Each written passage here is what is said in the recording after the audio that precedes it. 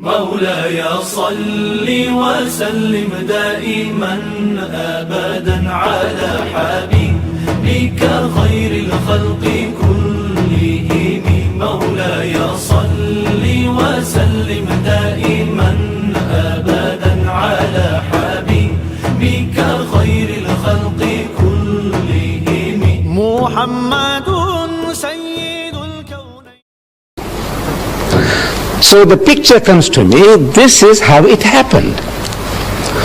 See, the whole picture comes along, the history of Muhammad, that he was in Medina, I have been reading, and a Christian deputation had come from Najran, an outskirt of Yemen. They had heard that another Arab now, he's claiming to be in communion with God, he's claiming to be a prophet. So these Christians, they said, let's go and see this another Arab, and we will question him, cross-examine him, want to know what does he know about religion. So they come to Medina, and they are housed in the mosque of the Prophet. They sleep in the mosque, they eat in the mosque, and they have a dialogue in the mosque for 3 days and 3 nights. It's going on. During the course of that discussion, the spokesman for the Christian is posing the question, among so many other things. He said, all right, now tell us, O Muhammad, what is your concept of God? And Muhammad, according to tradition, he doesn't just start answering. He, so to say, presses his spiritual buttons. There were no buttons to press. But I said, so to say, he presses his spiritual buttons, trying to commune with God. He said, oh my Lord, what shall I say? What shall I say? He could have made a case, like we do. At times when we are asked questions, we have no ready answers, so what do? We beat around the bush, we fumble to gather our thoughts. You see, it's like this, and it's like that, and so on. While we are talking, while we are trying to share, our thoughts are coming into focus. That's what we do.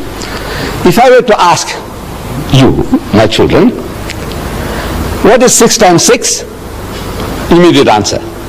I take it. 36. 6 6 36. I said, what is 12 times 12? You say 144. Because you have a ready answer. But if you didn't have a ready answer, what do? You say, well, you see, 6 times 6, you take 6 and you put 6 times 6, 6, 6, and then we add, and 6 and 6 is 12, and 6 is 18, and you are fumbling for the answer, but you will get it, but you fumble for it. That's how what we normally do.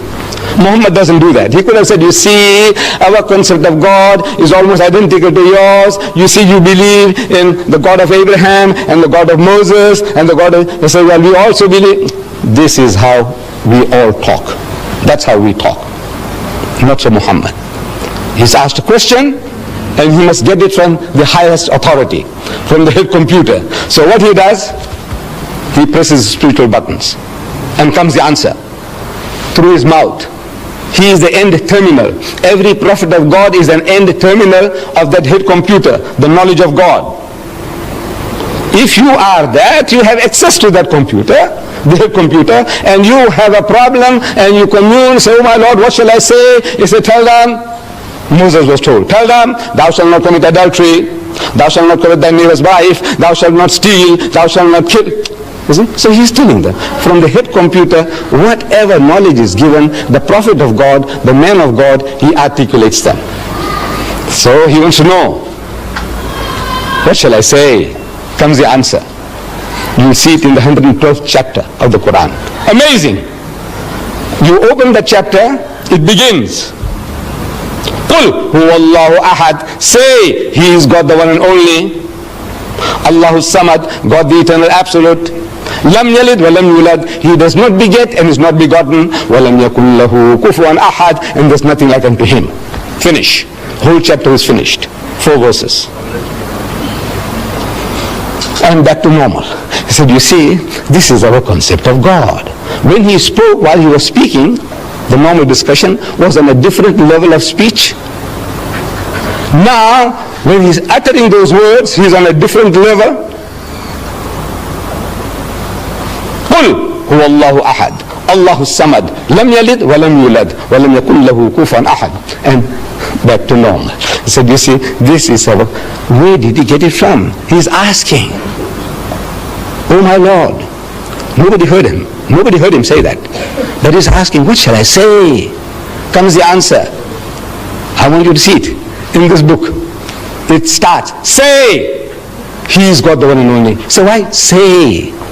A chapter begins, say, he's God the one and only. Why say? Because asked, what shall I say? Comes the answer, say, he is God the one and only. Now, this is how every verse of the Quran was revealed to the Holy Prophet Muhammad according to his needs from the head computer. He is the end terminal.